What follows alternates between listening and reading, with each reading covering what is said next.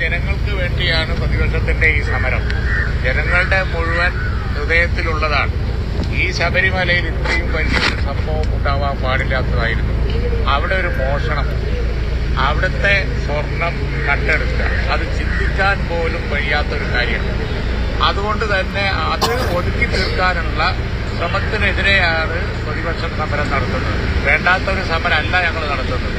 ഇപ്പോൾ ഏറ്റവും പുതുതായി വന്നിരിക്കുന്നത് ഇത് പതുക്കെ ഒതുക്കി തീർക്കാം, ഇലക്ഷന്റെ മുമ്പ് ആരിലേക്കും ഇനി കൂടുതൽ പോകണ്ട, ഇവിടം കൊണ്ട് അവസാനിപ്പിക്കുക, എന്നിട്ട് മെല്ലെ ഊരുക.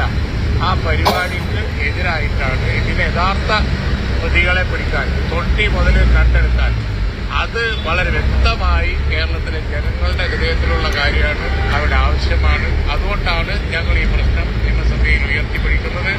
അതിനേക്കാൾ വലിയ പ്രശ്നം പലതുമുണ്ട് എങ്കിൽ പോലും കേരളത്തിൽ സംഭവിച്ചുകൂടാത്തൊരു കാര്യമാണ് ഈ സംഭവിച്ചിരിക്കുന്നത്. അതുകൊണ്ട് തന്നെ അതിന്റെ പ്രാധാന്യം ജനങ്ങൾ